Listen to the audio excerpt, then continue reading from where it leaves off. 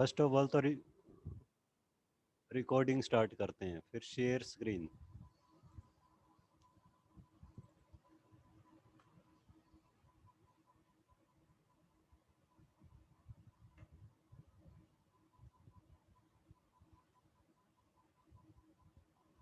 तनीषा बेचारी अब भी ज्वाइन नहीं हो पा रही। एक दो सर आया किसी का मैसेज कहने की ज्वाइन नहीं हो रही क्लास। बेटा वही होगी, तनीषा होगी। एक मिनट देखते हैं, उसी का ही मैसेज होगा। सर मीटिंग ओपन नहीं हो रही।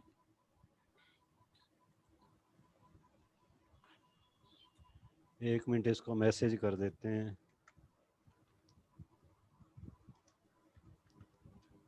सर ऐसे कह दो कि रिकॉर्डिंग भेज दूँ।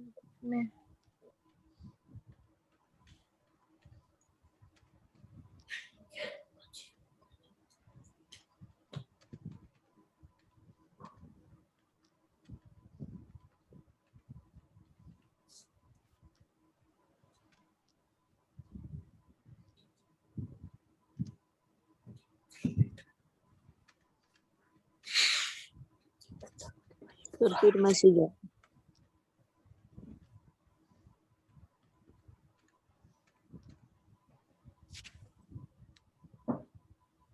back. Rohit Beta meeting is Rohit more.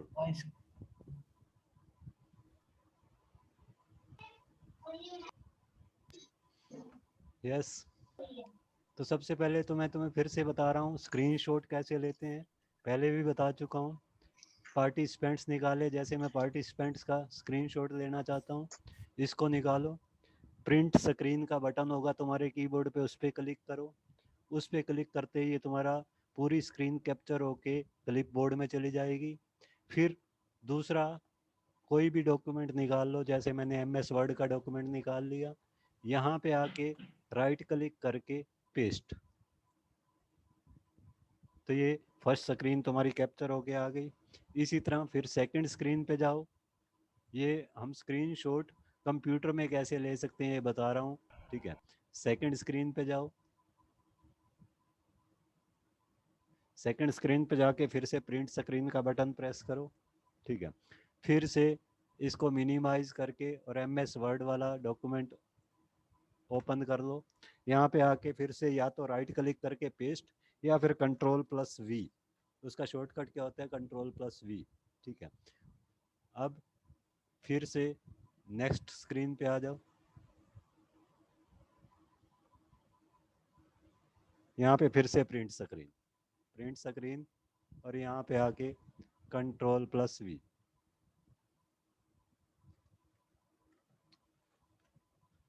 I think अब तो सब बच्चों को आ गया होगा ये, क्योंकि बहुत बार बता चुका हूँ मैं। चलो अब हम अपना नेक्स्ट टॉपिक करते हैं। सेव कैसे करेंगे? सेव, इस डॉक्यूमेंट को सेव कर लो बेटा। ये MS वर्ड का डॉक्यूमेंट सेव कर लो, सेव हो जाएगा। ये तुम्हारी तीनों स्क्रीन मैंने कैप्चर की हैं। ये देखो, इस डॉक्यूमेंट में तीनों स्क्रीन आ गई। इसको कहीं भी दूसरे सॉफ्टवेयर में लेना चाहते हो, जैसे मान लो तुम पेंट में लेना चाहते हो, तो पेंट में लेने के लिए क्या करो, इसको सेलेक्ट करो, इस पे क्लिक करो, सेलेक्ट हो जाएगा। कंट्रोल सी से क्या हो जाता है, कॉपी। फिर पेंट ओपन करो। पेंट में जाके यहाँ पे क्या कर दो, Ctrl+V, पेस्ट। ये आ गया। इसको चाहे सेव कर लो, चाहे चेंजिंग करनी है चेंजिंग कर लो, जो भी करना चाहो चेंज कर सकते हो, ठीक है। इसी को तुम जरूरी नहीं है पेंट में करो, फोटोशॉप में भी कर सकते हो, किसी भी सॉफ्टवेयर में कर सकते हो, ठीक है। सर आप जो ये चैप्टर करा रहे हो ये यूटी का सिलेबस है? हाँ, ये यूटी में भी आएगा बेटा। सेकंड चैप्टर भी आएगा सर? सर हाँ बिल्कुल आएगा, सेकंड भी आएगा और थर्ड भी आएगा। थर्ड अभी हमारा स्टार्ट भी नहीं हुआ है।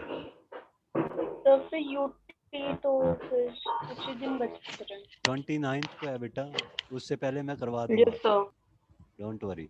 अच्छा, अब ओपन करते हैं हम कैल्क को, all programme.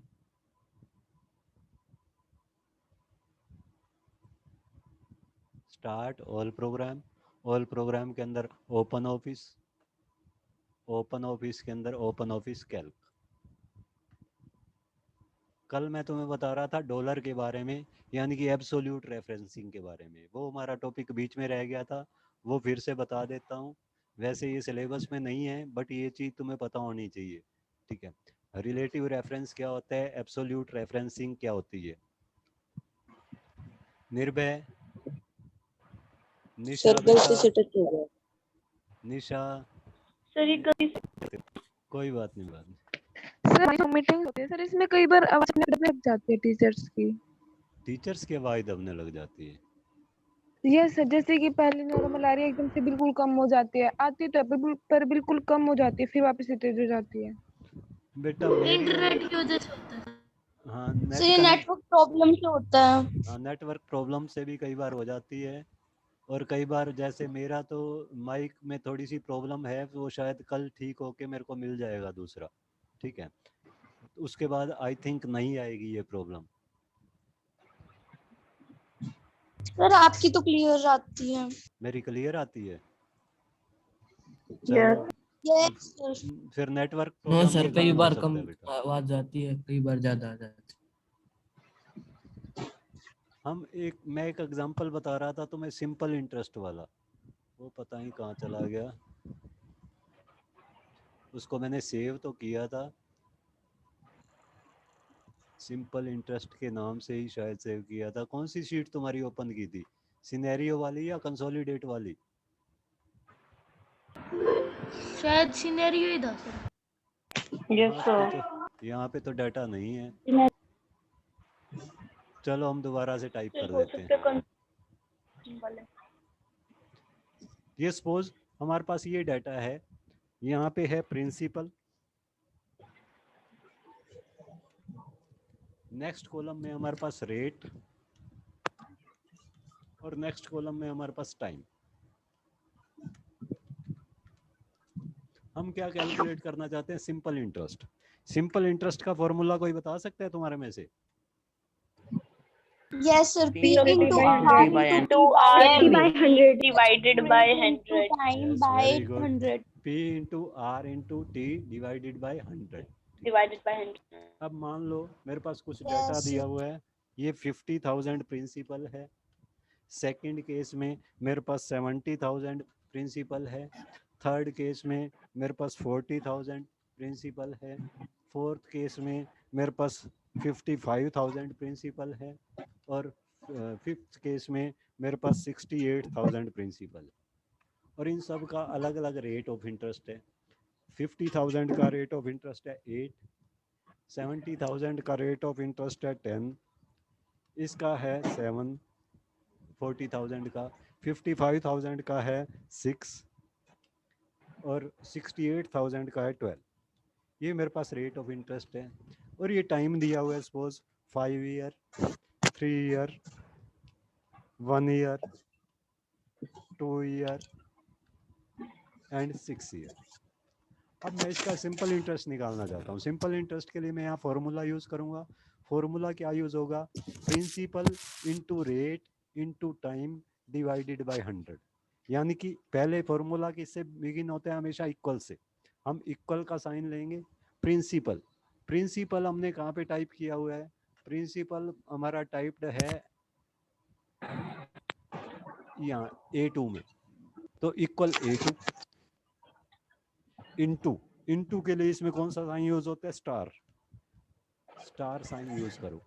A2 into B2, principal into rate into B2, फिर स्टार, स्टार इंटू C2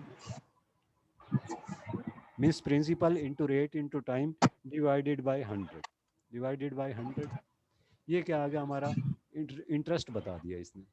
अब इस फॉर्मूले को मैं कॉपी करना चाहूँ तो क्या करता हूँ, इसको सेलेक्ट करके राइट कॉर्नर पे आओ, ड्रैग करके नीचे ले आओ, ड्रैग करके जैसे ही इस ये ध्यान रखना है, इस कॉर्नर पे आके जब प्लस का साइन बन जाए तब इसको ड्रैग करना है। ड्रैग का मतलब क्या है, लेफ्ट माउस बटन को दबाए रखो और नीचे इसको ड्रैग करते रहो, नीचे की साइड मूव करते रहो।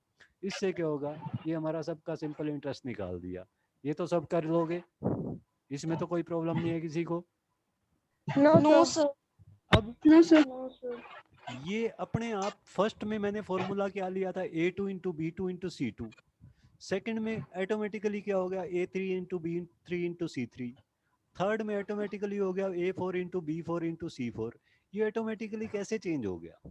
ये इसलिए चेंज हो गया क्योंकि ये क्या लेके चलता है, हम तो इसको लेके चल रहे हैं A2 B2 C2, but Calc क्या लेके चलता है, इसकी रिलेटिव रेफरेंस लेके चलता है। रिलेटिव रेफरेंस का मतलब क्या है, ये क्या मान के चल रहा है, A2 B2 C2 नहीं मान के चल रहा। हमने यहाँ फॉर्मूला यूज किया है, ये मान के चल रहा है हमने फॉर्मूले में यूज करना है इससे 3 कॉलम पहले, क्योंकि A2 क्या है इससे 3 कॉलम पहले, इनटू इससे 2 कॉलम पहले, रेट इससे 2 कॉलम पहले है, इनटू इससे 1 कॉलम पहले।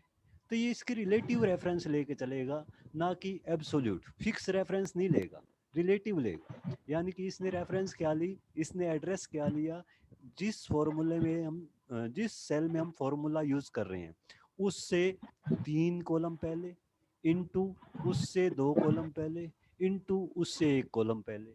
इसलिए जब हमने नीचे फॉर्मूला कॉपी किया, कॉपी करते ही इसने यहाँ पे भी क्या ले लिया, D3 में क्या ले लिया, इससे 3 कॉलम पहले, तो इससे 3 कॉलम पहले ऑटोमेटिकली क्या हो गया A3 हो गया, इससे 2 कॉलम पहले वो हो गया B3, इनटू इससे 1 कॉलम पहले वो हो गया C3। तो ये क्या लेके चलता है, रिलेटिव रेफरेंस लेके चलता है हमेशा ही। अब मान लो मैं ये चाहता हूँ कि प्रिंसिपल तो चेंज होता रहे, टाइम भी चेंज होता रहे, बट रेट हमारा सबका फिक्स हो जाए। ये वाला कौन सा जो हमने B3 में दिया हुआ है, B3 में यानी कि 10 रेट हमारा फिक्स हो जाए, ठीक है। तो उस केस में मैं फॉर्मूले में क्या यूज करूंगा, equal A2 into $B2 $B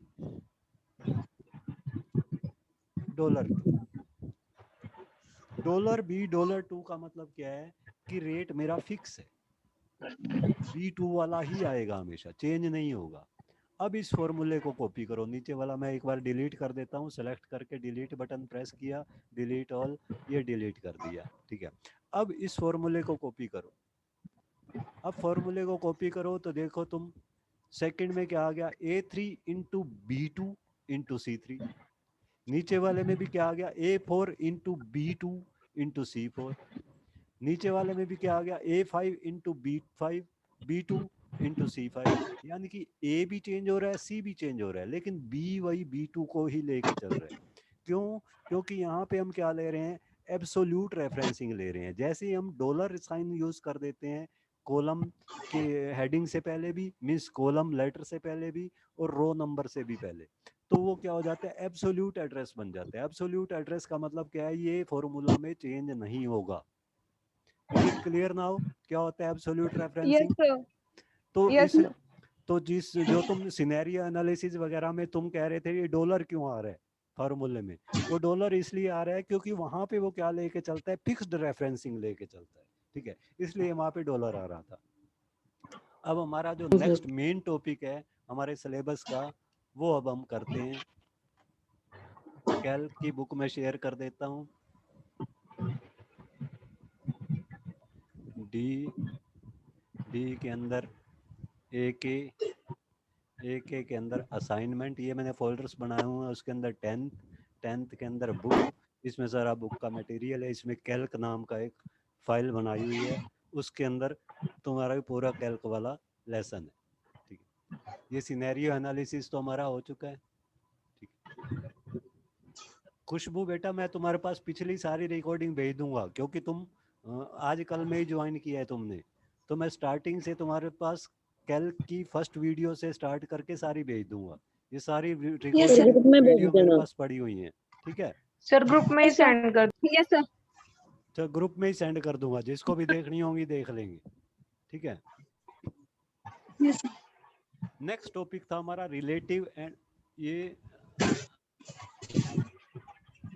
first chapter तो सेशन तो तुम्हारा हो चुका था complete. Yes sir. Second session start करवाना था या इसमें भी कुछ हो चुका है? ये सर पहले वाली यस स्टार्ट कराना है। स्टार्ट कराना है, सर स्टार्ट कराना है, पहले तो प्रोग्राम में हुई थी। Okay okay. तो यहाँ पे तो फर्स्ट तो हमारा कंप्लीट हो सर गया। एक बात पूछनी थी। हाँ पूछो बेटा। सर ये जो आपने टेबल्स बनवाई है, अगर मतलब कि हमें इनमें जो इनके प्रिंसिपल है ये चेंज करने हैं, तो हम जैसे कि जो ए कॉलम वाली लाइन है उस पूरी लाइन को एक बार में इरेज कर सकते हैं? एक मिनट, क्या कह रही हो तुम? ये प्रिंसिपल वाली पूरी लाइन को एक बार में डिलीट करना है तुम्हें, है? Yes sir. तो इसको पूरे को सिलेक्ट कर लो, जितना भी इरेज करना है उसको सिलेक्ट करो, डिलीट बटन प्रेस यस कर दो, कीबोर्ड पे डिलीट बटन प्रेस करो, वो पूछेगा डिलीट ऑल, ओके कर दो। या फिर एक काम और भी कर सकते हो, इस कॉलम हेडर पे क्लिक कर दो, इस कॉलम में जितनी भी वैल्यूज टाइप की होंगी वो सारी सिलेक्ट हो जाएंगी। अब डिलीट, कीबोर्ड पे डिलीट की प्रेस कर दो, ये डिलीट कंटेंट्स वाला डायलॉग बॉक्स आ जाएगा, यहाँ पे सिलेक्ट कर लो डिलीट ऑल, ये सारा डिलीट हो जाएगा। Okay sir. ठीक है, यस यस सर। अब हम नेक्स्ट टॉपिक पे चलते हैं। हमारा नेक्स्ट काफ़ी इजी चैप्टर है ये, ठीक है। Linking spreadsheet data. What do you mean by linking spreadsheet data? Many a times your data is stored in multiple sheets, where one sheet might be referring to data in other sheets or even some external data. मतलब क्या है, बहुत बार क्या होता है, हमारा data अलग अलग कई शीट्स में स्टोर्ड होता है, सिंगल शीट में स्टोर नहीं होता, कई वर्कशीट में स्टोर्ड है, ठीक है। या जरूरी भी नहीं है कि वर्कशीट्स ही हो, जरूरी नहीं है वो कैल्क की वर्कशीट हो या एक्सेल की वर्कशीट्स हो, वो ये भी हो सकता है हमारा आधा डाटा तो पड़ा है कैल्क की वर्कशीट में, आधा डाटा हमारा किसी वेबसाइट पे पड़ा है, हम उस वेबसाइट की डाटा के साथ लिंक करना चाहते हैं, हम उस वेबसाइट के डाटा के साथ अपने कैल्क का डाटा कुछ कैलकुलेट करना चाहते हैं, ठीक है। तो उसके लिए हमें क्या नीड पड़ती है, हमें नीड पड़ती है इनको लिंक करने की, ठीक है। In this session, you shall learn about how you can link and work with multiple sheets. इस सेशन में हम ये देखेंगे कि मल्टीपल शीट्स के साथ हम वर्किंग कैसे करते हैं। वैसे तो मल्टीपल वर्क शीट्स के साथ हम पहले भी वर्किंग कर चुके हैं, जब हमने किया था फर्स्ट ऑप्शन किया था कंसोलिडेट। तो कंसोलिडेट में मैंने अलग अलग 5 सिटीज़ की ब्रांच ली थी, एक शीट में हाँसी का डाटा लिया था, दूसरे में हिसार का लिया था, तीसरे में बरवाला का लिया था, चौथे में तो शाम का लिया था, फिर 5वीं शीट में हमने उन सब को कंबाइंड किया था। वो भी एक तरह से लिंकिंग ही है, क्योंकि हम अलग अलग शीट्स का डाटा कंसोलिडेट कर रहे हैं, ठीक है। और भी ऑप्शंस होते हैं लिंकिंग के, वही इसमें है इस सेशन में। While working with real life data, you often need to work with multiple worksheets. A single worksheet can't serve you the purpose. Means जब हम रियल लाइफ में, हम नॉर्मली क्या करते हैं, नॉर्मली तो हम स्टूडेंट्स लाइफ में क्या करते हैं, एक शीट ओपन की, एक कैल्क की या फिर एक्सेल की शीट ओपन की, उसमें हमने कुछ एक स्टूडेंट के रोल नंबर नेम टाइप किए, उनका टोटल निकाल के देख लिया, परसेंटेज निकाल के देख लिया, हम सोचते हैं हमारा एक्सेल हो गया। बट एक्चुअली ऐसा नहीं होता, काफ़ी सारे फीचर मैं तुम्हें पीछे भी बता चुका हूँ, और भी बहुत सारे फीचर होते हैं कैल्क के अंदर या फिर वर्कशीट के अंदर, ठीक। जब रियल लाइफ में हम काम करते हैं तो एक शीट से काम नहीं करता चलता, हमें अपना डाटा अलग अलग कई शीट्स में स्टोर करके रखना पड़ता है। While working with real life data, you often need to work with multiple worksheets. जब हम रियल लाइफ का डाटा हैंडल करते हैं तो हमारे को कई शीट्स चाहिए होती है। A single worksheet can't serve the purpose. Single worksheet हमारे किसी भी पर्पस को कंप्लीट नहीं कर सकती। For example, if you have to compare expenses in your regional offices, मान लो आपके 5 ऑफिसेज हैं, वही कंसोलिडेट वाला एग्जांपल, 5 ऑफिसेज हैं, उन सब के एक्सपेंसेस को आप कंपेयर करना चाहते हो आपस में, ठीक है। You would prefer to have separate expense worksheet for each of your regional office. तो आप क्या चाहोगे कि आपका हर ब्रांच का डाटा अलग शीट में स्टोर हो जाए, but at the same time you would want to consolidate their data in another separate sheet. लेकिन साथ ही साथ तुम उस डाटा को कंसोलिडेट करके भी देखना चाहोगे, समराइज करके भी देखना चाहोगे कि इन सब का टोटल क्या हो गया या इन सब की एवरेज क्या हो गई, ठीक है। तो उसके लिए हमें क्या करनी पड़ेगी, उसके लिए हमें लिंकिंग ही यूज करनी पड़ेगी। Similarly, if A company has accounts maintained इन 2 और 3 बैंक्स, मान लो एक कंपनी के 3 बैंक में अकाउंट्स हैं, ठीक है, एक है पीएनबी में, एक है एचडीएफसी में, एक है हमारा कोई भी ले लो एसबीआई में, ठीक है। It would certainly want to maintain separate worksheet for each of the bank statement. ये क्या करेंगे, हर एक बैंक की डिटेल अलग से एक शीट में स्टोर कर देंगे, but it would want to consolidate data from these for its financial decision. लेकिन मान लो कोई फाइनेंशियल डिसीजन लेनी है, यानी कि एक मशीनरी परचेज करनी है, तो उसके लिए उनको उन तीनों बैंक बैलेंसेस को मिला के देखना पड़ेगा कि हमारे पास कितना बैलेंस पड़ा हुआ है, ठीक है, यानी कि उसको कंसोलिडेट करना पड़ेगा। तो उसके लिए भी उनको क्या करना पड़ेगा, लिंकिंग करनी पड़ेगी। For such kind of situation spreadsheet software facilitate the use of multiple sheets. इसी तरह की सिचुएशन के लिए कोई भी स्प्रेडशीट सॉफ्टवेयर होगा, जरूरी नहीं है कैल्क, कोई भी स्प्रेडशीट सॉफ्टवेयर होगा, वो हमारे को क्या ऑप्शन देगा, हमारे को ऑप्शन देगा इसका मल्टीपल शीट्स यूज करने का, ठीक है। Calc also provide this functionality, और ये फंक्शनैलिटी हमारे को कैल्क भी प्रोवाइड कर रहा है, ठीक है, कैल्क में भी होती है ये फंक्शनैलिटी, ठीक है। Let us see how you can use multiple sheets in Calc. अब हम देखते हैं मल्टीपल शीट्स हम कैसे यूज कर सकते हैं। एक Calc workbook can have multiple worksheets in it. जो कैल्क की फाइल होती है या एक्सेल की फाइल होती है, उसको एक्चुअली क्या बोला जाता है, वर्कबुक। एक फाइल को क्या बोलते हैं, वर्कबुक। और एक वर्कबुक के अंदर आगे कई शीट्स होती हैं। नॉर्मली हम क्या करते हैं, एक ही शीट पे वर्किंग करते हैं और हम सोचते हैं कि इतना ही डाटा इसमें स्टोर किया जा सकता है, बट एक्चुअली उसमें कई शीट्स हम यूज कर सकते हैं, ठीक है। वीविंग शीट ने, और बाय डिफॉल्ट स्टार्टिंग में जब भी हम कोई कैल्क की फाइल या एक्सेल की फाइल ओपन करते हैं, एक वर्कबुक ओपन करते हैं, ऑटोमेटिकली 3 शीट्स तो उसमें बाय डिफॉल्ट होती ही होती हैं स्टार्टिंग में ही। स्टार्टिंग में उसमें 3 शीट होती हैं, लेकिन हम दूसरी तीसरी वो कभी खोल के ही नहीं देखते, हम सिर्फ शीट 1 में अपना काम करते हैं और बंद कर देते हैं, ठीक। You can make out how many worksheets are there in a workbook by looking at the bottom left corner of calc window। Calc की विंडो के बॉटम लेफ्ट कॉर्नर पे देखो, तुम्हें दिखाई दे जाएगा कि तुम्हारी उस वर्कबुक के अंदर कितनी शीट्स हैं। There Calc display class end होने के बाद रिज्वाइन करनी सर? नहीं बेटा, रीज्वाइन नहीं, क्योंकि तुम्हारी क्लास के जस्ट बाद एक और दूसरी क्लास होती है, इसलिए तुम्हें रीज्वाइन नहीं करवा सकता मैं कभी भी, ठीक है। Okay sir. नेक्स्ट, हो सकता है मैं तुम्हारी कल क्लास ले लूं या मंडे को भी ले लूं, लेकिन रीज्वाइन नहीं करवाऊंगा, ठीक है। There Calc displays the sheet names in tabs. यहाँ लोअर सर, सर लेफ्ट, कल पहले से ही 4 क्लास लगा रखी है हमारी। पहले से भी लगा रखी हैं। और क्या सर, 2 सब्जेक्ट दोनों की 2-2 क्लास लगा रखी है। चलो बेटा कोई बात नहीं, कल नहीं लूंगा, डोंट वरी, मंडे को हो सकता है मैं ले लूंगा। एसएसटी की सर 2 घंटे की लगेगी कल। अच्छा चलो कोई बात नहीं बेटा, मैं नहीं ले फिर ले क्या रहा पता कल। 2.5 घंटे की भी लग जाए एसएसटी की तो। चलो अब जितना टाइम है उसको तो यूज करो।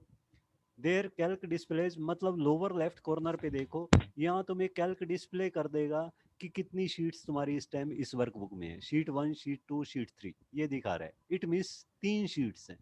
जैसे मैं तुम्हें ओपन करके ही दिखा देता हूँ कैल्क को। ये कैल्क की हमने एक फाइल ओपन की थी, इसके अंदर नीचे आ जाओ लोअर लेफ्ट कॉर्नर में, यहाँ पे ये दिखा रहा है शीट 1, शीट 2, शीट 3। 3 शीट्स हैं बाय डिफॉल्ट, लेकिन ये 3 तो बाय डिफॉल्ट है, हम और डालना चाहें और भी बढ़ा सकते हैं, ठीक है। वो कैसे, इसी के ही ऑप्शंस हैं तुम्हारे इस चैप्टर में, ठीक है। तो अब इसमें ये देखो, इस टाइम हमारी एक्टिव शीट कौन सी है, किस शीट में वर्किंग हो रही है, शीट 1 पे। अगर हम शीट 2 को एक्टिव करना चाहते हैं, शीट 2 में वर्किंग करना चाहते हैं, तो शीट 2 वाले टैब पे क्लिक करो। अब शीट 1 वाला डाटा डिसअपियर हो गया, क्योंकि शीट 1 वाला देखना है तो फिर से शीट 1 पे क्लिक करो। शीट 2 ब्लैंक पड़ी है, शीट 3 पे क्लिक करो, ये भी ब्लैंक पड़ी है, ठीक है। तो 3 टैब्स बाय डिफॉल्ट होते हैं, 3 वर्कशीट बाय डिफॉल्ट बनी होती हैं। हम इनको डिलीट करना चाहें डिलीट भी कर सकते हैं, हम इनको और बढ़ाना चाहें और भी बढ़ा सकते हैं, ठीक है। To make another sheet active, the active sheet's name is shown as active tab. जो एक्टिव शीट होगी उसका नेम वो एज एक्टिव टैब इस तरह से दिखाएगा, ठीक है। To make another sheet active, all you need to do is click on its name. किसी भी दूसरी शीट को एक्टिव करना है तो सिंपली उसके नेम पे क्लिक कर देना है, वो शीट एक्टिव हो जाएगी। नेक्स्ट टॉपिक है इंसर्टिंग शीट्स। मान लो मैं नई शीट इंसर्ट करना चाहता हूँ। If you want to add some more sheets to your workbook, you can follow the steps given below. अगर नई शीट्स ऐड करनी है अपनी वर्कशीट में तो ये वाले स्टेप्स फॉलो कर सकते हैं। There are several ways to insert a new sheet. कई तरीके हैं जिससे हम न्यू शीट इंसर्ट कर सकते हैं, लेकिन हर तरीके में फर्स्ट स्टेप क्या है?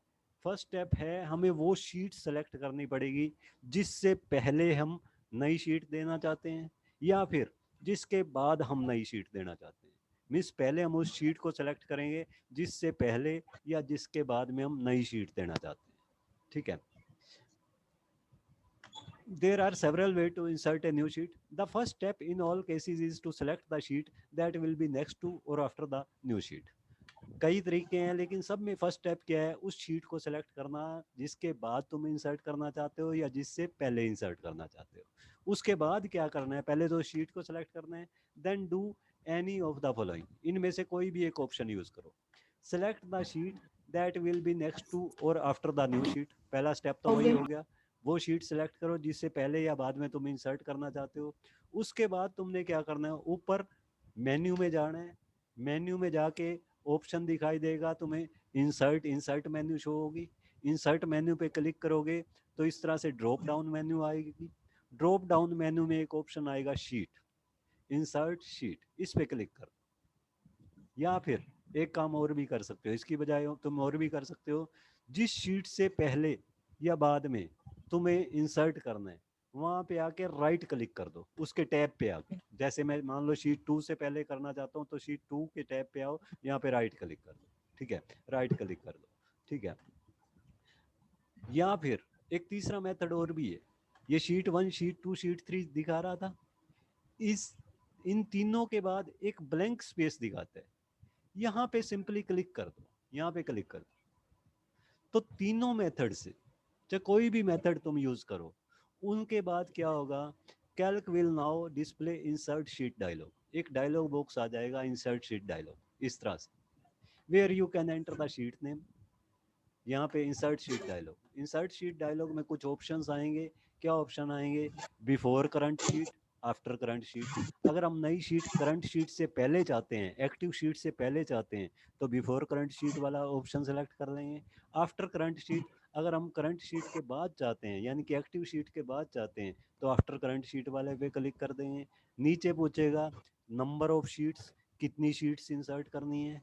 नेम, शीट का नेम क्या देना चाहते हो। शीट का नेम हम देना चाहें दे सकते हैं, ना देना चाहें नहीं देंगे, वो अपने आप बाय डिफॉल्ट उसने पहले क्या लिया था नेम, शीट 1 शीट 2 शीट 3 लिया था, अब अपने आप नेम ले लेगा फोर्थ शीट का, शीट 4 अपने आप ये ले लेगा, ठीक है। और ये इंसर्ट कहाँ पे होगी? ये इंसर्ट होगी या अगर तुमने बिफोर का ऑप्शन दिया है तो करंट शीट से पहले, और आफ्टर का ऑप्शन दिया है तो करंट शीट के बाद, ठीक है, वहाँ पे इंसर्ट हो जाएगी। अब मैं तुम्हें ये प्रैक्टिकली करके दिखाता हूँ। जैसे ये शीट, एक शीट का नाम कैसे लिख सकते? हाँ, शीट का नाम कैसे लिखते हैं, नेक्स्ट टॉपिक यही है बेटा। एक बार देखो, शीट 2 पे मैंने सेलेक्ट कर लिया, मैं शीट 2 से पहले एक नई शीट इंसर्ट करना चाहता हूँ, तो शीट 2 पे आओ, या तो यहाँ पे आके शीट 2 पे आके राइट क्लिक कर दो। राइट क्लिक करके ये शॉर्टकट मेन्यू आएगी, इसमें सबसे ऊपर आएगा ऑप्शन इंसर्ट शीट, इस पे क्लिक करो, ये इंसर्ट शीट का डायलॉग बॉक्स आ जाएगा। या इस ऑप्शन को यूज नहीं करना चाहते तो इस पे इसकी बजाय तुम ऊपर मेन्यू में जाओ, इंसर्ट में जाओ, इंसर्ट पे में जाके शीट पे क्लिक कर दो, तो भी यही सेम डायलॉग बॉक्स आएगा, इंसर्ट शीट। इस ऑप्शन का भी यूज नहीं करना चाहते, ये ब्लैंक स्पेस जो है शीट 1 शीट 2 शीट 3 के बाद, इस पे क्लिक कर दो, तो भी यही इंसर्ट शीट का डायलॉग बॉक्स ओपन हो जाएगा। यानी कि 3 मेन मेथड है, ठीक। इंसर्ट शीट डायलॉग बॉक्स में तुम्हें क्या करना है, यहाँ बताना है कि बिफोर करंट शीट लेनी है या आफ्टर करंट शीट लेनी है, करंट शीट से पहले लेनी है या बाद में। हमने बिफोर ले लिया, ठीक है। कितनी शीट्स लेनी है? 1 लेनी है। शीट का नेम क्या देना है? इसने नेम बाय डिफॉल्ट ले लिया अपने आप, शीट 4। हम इसको चेंज करना चाहें, मैं यहाँ पे देना चाहता हूँ शीट नंबर 4 या फोर्थ शीट, जो भी देना चाहूँ वो दे सकता हूँ। अपना नाम भी दे सकते हो, तुम कुछ भी दे सकते हैं। फोर्थ शीट ये दे दिया और ओके पे, ओके 3 शीट इंसर्ट कर रही हूँ तो मुझे 2-3 नाम डालने पड़ेंगे? नहीं, एक ही नाम डालेंगे। जैसे हमने शीट 4 डाल दिया तो अपने आप वो शीट 5 शीट 6 कर देगा। अगर हम फोर्थ शीट कर रहे हैं तो अपने आप वो 5th sheet 6th sheet name ले लेगा ऑटोमेटिकली। ठीक है, तो ये ऑटोमेटिकली क्या हो गया, शीट 2 से पहले इंसर्ट हो गया फोर्थ शीट, एक नई शीट इंसर्ट हो गई। ठीक है, अब ये तो हो गया हम इंसर्ट कैसे करेंगे। एक नेक्स्ट टॉपिक भी आराम से हो जाएगा, वो देखो रीनेमिंग ए शीट। मान लो एक शीट का नेम चेंज करना चाहते हैं, नेम चेंज करना चाहते हैं तो क्या करना है, जिसका भी नेम चेंज करना है उस पे आके राइट क्लिक कर दो, राइट क्लिक करो। राइट क्लिक करते ही शॉर्टकट मेन्यू आएगी, इसमें एक ऑप्शन आएगा रीनेम शीट, रीनेम शीट पे क्लिक कर दो।